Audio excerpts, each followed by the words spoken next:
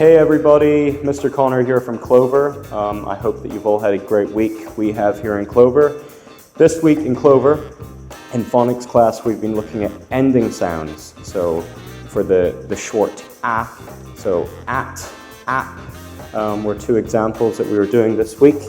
So we would have map for app and mat for at, and we would break the CVC words down. So we'd say the beginning sound, so m, app, or m, at, and then we'd clap and bring it together, so map.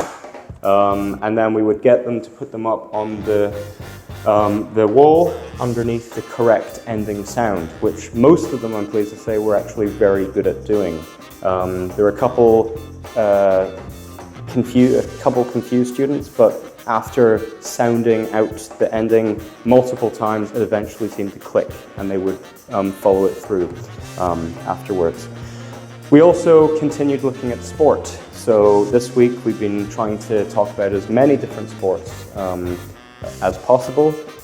We've been looking at cricket, basketball, archery, cycling, even showing them a video of a bobsled going down the Winter Olympic, during the Winter Olympics as well.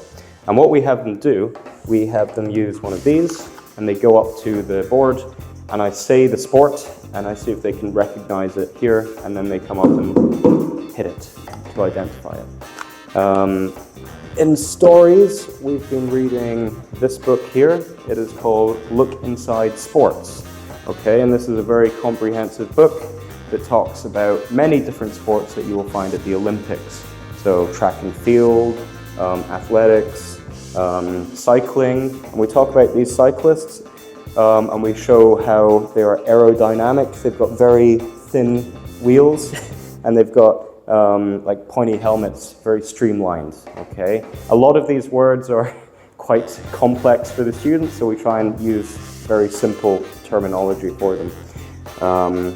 Yeah, and they can also interact with the book. They can, pull back these and see more information as well.